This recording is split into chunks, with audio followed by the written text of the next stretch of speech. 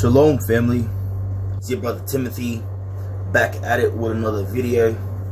First up, I want to thank y'all for liking up my most recent video. I believe it was titled 7 False Christianity Doctrines or something like that. Basically, we exposed that religion for what it is, bro. We went through 7 false doctrines. We talked about how they lie about the rapture, they lie about who the Israelites are, they lie about the law, they lie about the don't judge.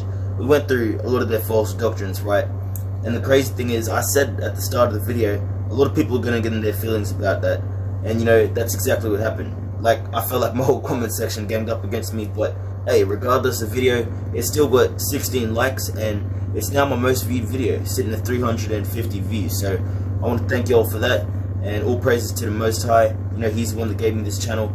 I don't give I don't take credit for nothing that I do on this channel. This is all the knowledge and the wisdom that the Most High gave me, and you know, He's the only one that I praise for it. So all praises to the Most High, and you know, continue to show support, because as you can see, the more you show support, the more the videos get around. So you know, be sure to hit the like button if you enjoy the videos. Right now, today we're gonna dive deeper into, you know, how they lie about who the Israelites are.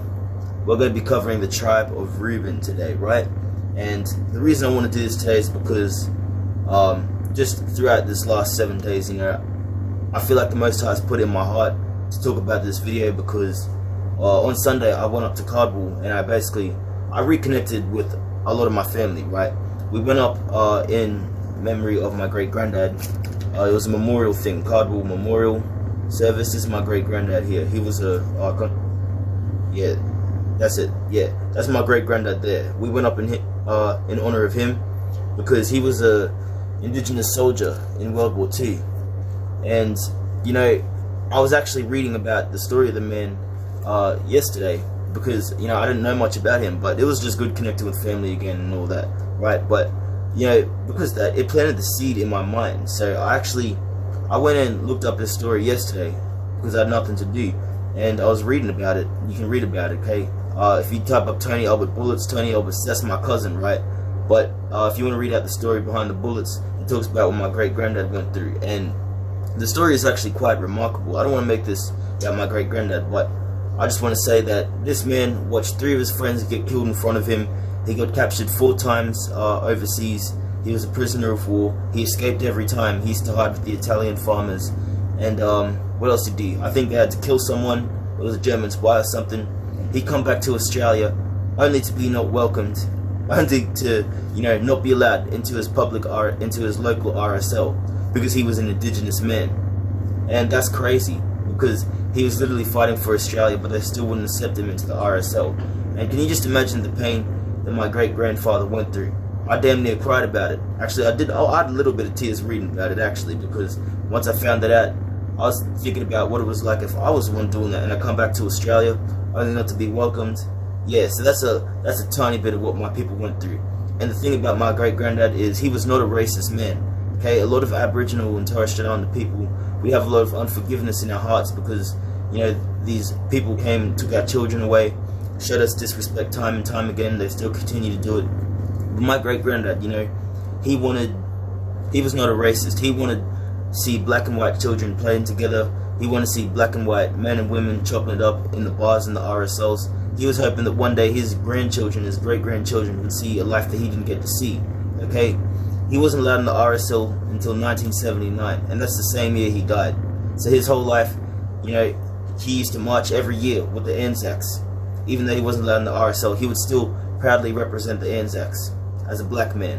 Okay, and that same spirit that he had in, that spirit of pride, and I'm not talking about the bad pride, okay, I'm talking about that good pride, you know, that flows in me today. And the tribe of Reuben has always carried this spirit of pride, dignity, and excellence with them. And we're going to go into the scriptures, and we're going to read about it, right? So we're going to go to Genesis 49, Deuteronomy 33, and then we're going to talk about the curses of Deuteronomy 28. Alright, so let's get into the scriptures. Genesis chapter 49. And Jacob called unto his sons, and said, Gather yourselves together, that I may tell you that which shall befall you in the last days. Gather yourselves together, and hear ye sons of Jacob, and hearken unto Israel your father. So Jacob, he's calling all 12 of his sons, not the tribes, the sons. So this is before they all had children. He was telling them, this is what will befall your people in the last days, right?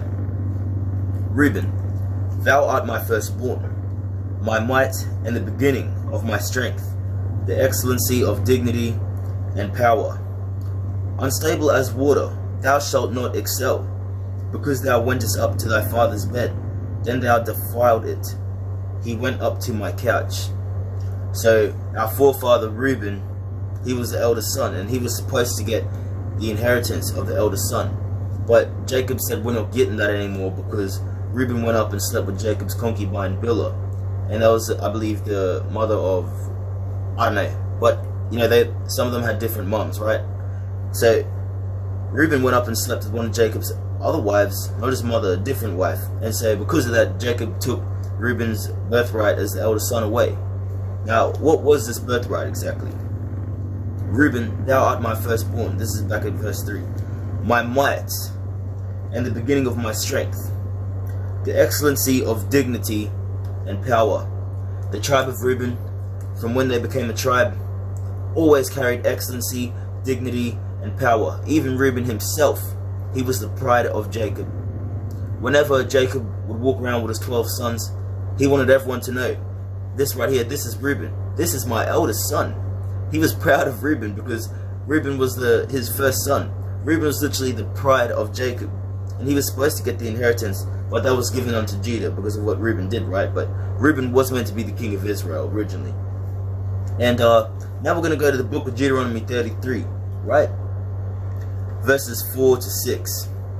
Moses commanded us a law, even the inheritance of the congregation of Jacob. And he was walking in Jeshurun, I think I said that wrong, but oh well, when the heads of the people and the tribes of Israel were gathered together. Let Reuben live and not die, and let not his men be few. So why did he say let Reuben live and not die? Because Reuben had a small population. And you see, the thing is, think about when the white man came to Australia. I don't know if y'all knew this, but in Tasmania, a whole race of people was wiped out, okay? They literally wiped out a whole race of people. There is no full-blood Aboriginal Tasmanians left to this day. Now, there is some, I guess what you would call half-caste, but that's considered derogatory. But, there's no full-bloods left to this day. Now, thankfully, the last one that died had children, and he was a male. So we know that, the seed, the bloodline comes through the male. So yes, they still exist to this day. But, they're not full blood, what the world would call full blood. But they're still Reubenites according to the Bible, okay? And that goes the same with, all 12 tribes of Israel. That goes the same for, all Aboriginal and Torres people. We are the tribe of Reuben, okay? And that's why I'm breaking this down in this video. And if you want to read the book of Deuteronomy 28 and you read the curses, right? Every time that the Israelites throughout history break God's commandments, okay, those curses would come upon them. It actually talks about our children being given unto another people. It talks about us being put onto slave ships and being made slaves. It talks about what else it talks about? We become proverbs and bywords and all that, okay? So the real children of Israel, Aboriginals come from Jacob, okay? Black Americans, South Americans, Puerto Ricans, Haitians, Mexicans, Pacific Islanders, all these people that fit under Deuteronomy 28, okay, they are the real children of Israel. But if you go into Genesis 49, Deuteronomy 33, it gives you more about which tribe is which. You can actually identify, and that's how I know that my people are the tribe of Reuben. And I will always be proud to be a Reubenite. Look, I don't care what y'all try to tell me, bro. I will always be proud to be a Reubenite. Hey, these people hate us. A lot of the Gentiles never really cared about you in the first place. They didn't give a, they didn't care for us in the first place. And obviously, I'm not one of those wicked Hebrew Israelites, okay? I don't hate the white man, okay? My whole mom's side is white, okay? I believe that Gentiles can be saved if they're righteous and they want to follow the children of Israel, because, Christ himself said, think not, what did he say? He said, I'm not sent but unto the lost sheep of the house of Israel. I'll leave that verse there. Christ himself said that. And then Paul, okay? Paul was sent, okay? He was sent for the Gentiles. So Us as the children of Israel, we're meant to teach the Gentiles. We're meant to teach the Gentiles the ways of the Lord. And that's how the Gentiles get salvation, through the children of Israel. Okay, that's why it's important that we wake up the lost sheep of the house of Israel. The Bible says that there'll only be 12,000 saved from each tribe. And, you know, there's going to be 2/3 of Israelites that aren't going to make the kingdom, unfortunately, in this last day. Well, I don't want to be one of those 2/3. You know, you got to realize a lot of these Gentiles, they've fooled us with atheism. They've fooled us with this false Christianity. You know, Christianity. They got you thinking Jesus was a white man. You really think Jesus was a white man? He grew up in an area where there was nothing but colored people there, and they still got you thinking he was a white man. We know that Jesus traveled throughout Africa, and you think he wasn't melanated. Man, I tell you, Revelation chapter 1, bro, it says, I'll leave this verse here too, it tells you that Christ's hair was like wool. It was white like wool, bro. It was white and woolly, and his skin was like unto fine bronze, as if it burnt in a furnace. Anything that burns in a furnace, bro, it's black. Come on, bro. Christ was a black man, and the children of Israel are black people. And if you're wondering, oh well, the Mexicans and the Pacific Islanders, they look more yellow, they look more Asian. The Bible says that Ephraim is a cake unturned. The children of Israel have mixed themselves among the people. Okay, so the real children of Israel, they come in my color, they come in the color of my great granddad, they come in all different shapes, sizes, colors, whatever, bro. It's all about where the seed's at. And to be honest, I don't even like calling myself an Israelite, because I don't know if I'm actually the seed of Jacob or not. I just know that somewhere along the line I come from Jacob, but I don't know if I'm actually a seed, because, you know, we're mixed. But hey, I'm simply just saying, you know, the children of Israel are the so-called Aboriginals and Torres Strait. That's the tribe of Reuben, yo. Yo saw Latrell Mitchell last night. You seen him playing with that same pride that he has for his people, and not just his people, the Rabbitohs, man. Look, that's the same pride that Reuben had. That's the same pride that Jacob had for Reuben, bro. My people are great. I know my people are great. That's why they tell us that we came from monkeys and apes. That's why they tell us that we got Neanderthal blood. They're still out here teaching, trying to teach everyone that we're not even humans. They want to stick in we half-breeds or something. The hell is this? Last time I checked, Adam and Eve was made out of the dirt. So they were black people, weren't they? Just a question, how did the white man come here? Oh, that's a question, isn't it? But hey, not to offend the white man, bro. I love your Gentile brothers and sisters. I love the ones that, you know, want the best for the children of Israel. I love the righteous ones. Yo, my brothers and sisters. Hey, you might not be an Israelite by blood or appearance, but by heart and by spirit, you're one of us too, bro. I want to thank y'all for watching. Shabbat shalom. Peace.